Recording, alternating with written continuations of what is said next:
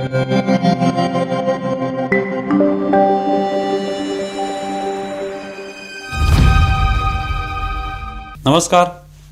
News डंकामध्ये मी महेश विचारे आपल्या सगळ्यांचं मनपूर्वक स्वागत करतो.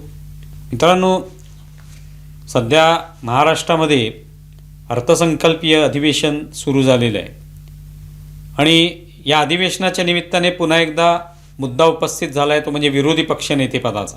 विरोधी पक्षनेता होण्यासाठी जे सध्या महाविकास आघाडीतले विरोधी पक्ष आहेत, या सगळ्यांमध्ये स्पर्धा आहे आणि सगळेजण ही मागणी करतायत की विरोधी पक्षनेतेपद दिलं गेलं पाहिजे. आणि ती दर अधिवेशनाला ही चर्चा चालू असते. फडणवीसांच्या नेतृत्वाखाली ते मुख्यमंत्री झाल्यापासून अनेक अधिवेशनं झाली आणि प्रत्येक वेळेला हा मुद्दा उपस्थित झाला की विरोधी पक्षनेता ठरवा, कोणाला तरी विरोधी पक्षनेता करा. राहुल नार्वेकर जे विधानसभा अध्यक्ष आहेत त्यांच्याकडून सुद्धा सांगण्यात येतं असं विरोधी पक्षांचं म्हणणं आहे.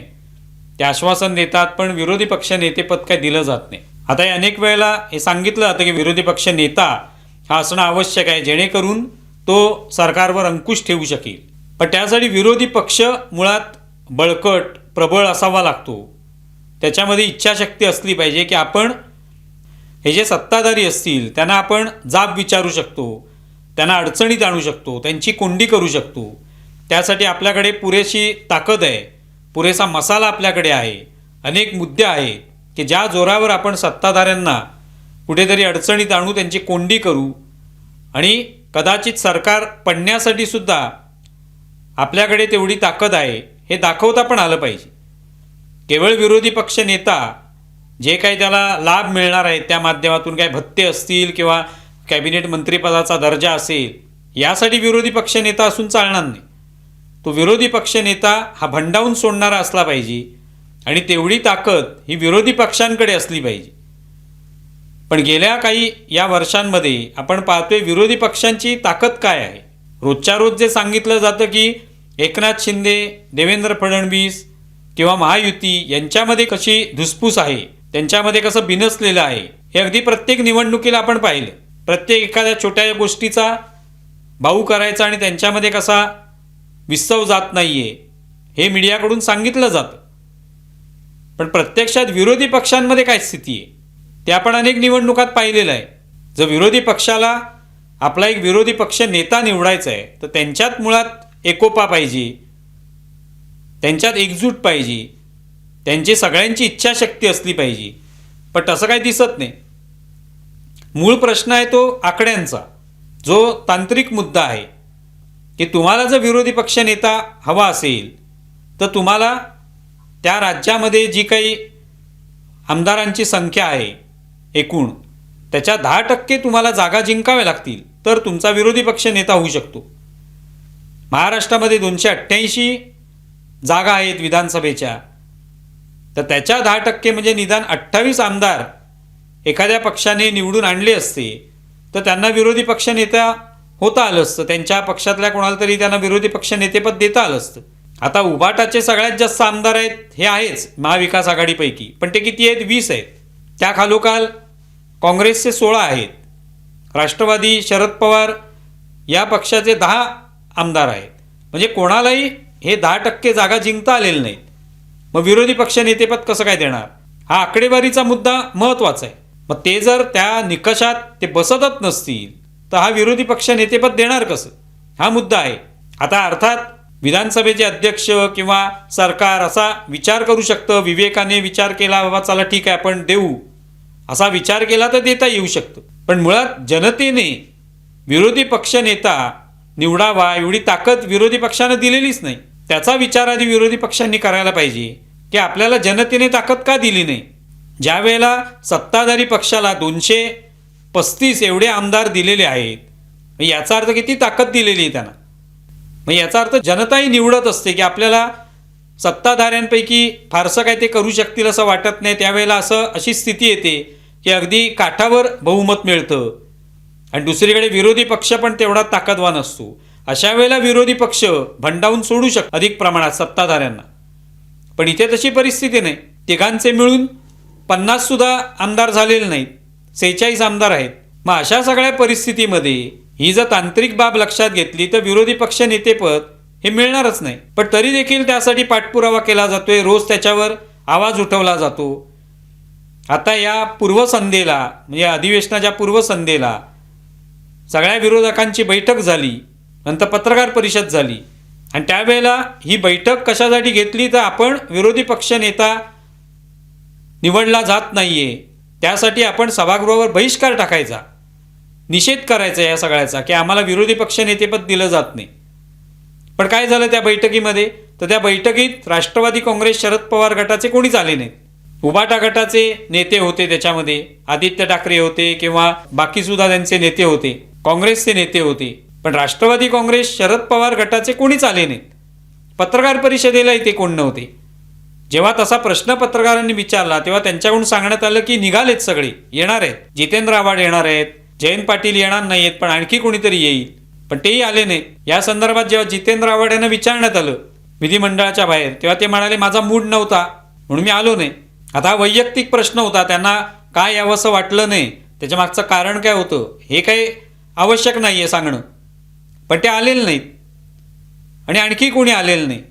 मग एका बाजूला महाविकास आघाडीमध्येच या पद्धतीने विस्कळीतपणा आहे, तर विरोधी पक्ष नेता काय करणार. म्हणजे त्या दोन पक्ष एकत्र आले आणि तिसरा पक्ष आलाच नाही, उपस्थितच राहिला नाही बैठकीला, पत्रकार परिषदेला सुद्धा. मग त्यामुळे ते ठरणंच बारगळलं की विरोधी पक्ष नेता नाही आहे म्हणून आपण काय करायचं, आंदोलन करायचं, निषेध करायचा, सभात्याग करायचा, याविषयी एकमतच झालं नाही. आणि हे केवळ आत्ताची परिस्थिती नाही, अगदी आपण पाहतोय विधानसभा निवडणुकीपासून अशाच पद्धतीने वातावरण विरोधी पक्षांमध्ये आहे. म्हणजे त्यावेळेला उद्धव ठाकरे मुख्यमंत्री होणार अशा पद्धतीने चर्चा सुरू होत्या. मग मध्येच पटोलेंना सुद्धा वाटत होतं आपण मुख्यमंत्री होऊ, कुठेतरी सुप्रिया सुळे मुख्यमंत्री होतील असंही म्हटलं जात होतं. त्यातून मग त्यांच्यातच चढाओढ होती की कोण मुख्यमंत्री होणार, कारण लोकसभेचे निकाल लागलेले होते. त्यामुळे एक आशा निर्माण झाली होती की आता आपण विधानसभा पण जिंकणार. त्यामुळे थेट त्यांनी मुख्यमंत्रीपद द्यायला सुरुवात केली निवडणूक जिंकण्याच्या आधी, मतदान होण्याच्या आधी. प्रत्यक्षात काय झालं की सगळ्या महाविकास आघाडीचा सुपडा साफ झाला आणि काहीच त्यांच्या हाती लागलं नाही.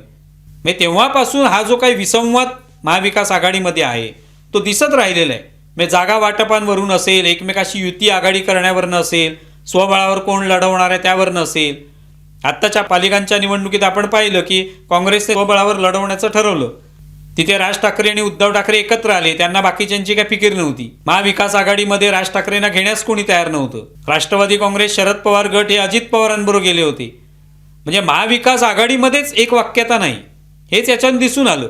हे तर तथ्य आहे, ह्यात काय कोणी नरेटिव्ह तयार करत नाहीये किंवा कोणी खोटं सांगतंय अशातला भाग नाही, हे सगळं समोर दिसतंय.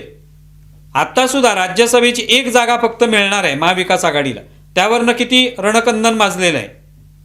काँग्रेस म्हणते राज्यसभेची जागा आम्हाला द्या, विधान परिषदेची जागा जी आहे ती उद्धव ठाकरेंनी पुन्हा घ्यावी आणि पुन्हा त्यांनी निवडून यावं विधान परिषदेमध्ये. शरद पवारांची इच्छा आहे असं संजय राऊतच सांगतायत, पण आदित्य ठाकरे म्हणतायत ही जागा आमची आहे, म्हणजे उभाटाची आहे. त्यांच्यातच एक वाक्यता नाही की कोणाला कुठली जागा द्यायची. आणि ती जर एक वाक्यता असेल, एकजूट असेल की आपण ठरवूया, भांडणं होता कामा नयेत, तर काहीतरी होऊ शकतं. पण प्रत्येकाचे छोटे छोटे स्वार्थ आहेत, छोट्या छोट्या इच्छा आहेत आणि त्यातून मग महाविकास आघाडीमध्ये एकोपा नाही हे स्पष्ट होतं.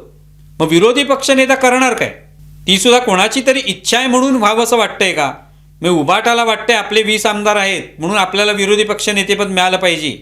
ते खरोखर विरोधी पक्षनेता म्हणून काय भुसवायचंय, सगळ्यांना बरोबर घेऊन एक प्रकारे सत्ताधारी पक्षाची कोंडी करायची आहे की आपल्याला एक विरोधी पक्षनेतेपद, एक चांगलं पद मिळावं, त्याचे लाभ सगळे मिळावे, प्रसिद्धीच्या झोतात राहावं, यासाठी हवं आहे का, हा विचार करण्यासारखा मुद्दा आहे. त्यामुळे विरोधी पक्ष नेतेपद हे खरोखरच हवं असेल तर तुमच्यात एकजूट पहिल्यांदा पाहिजे.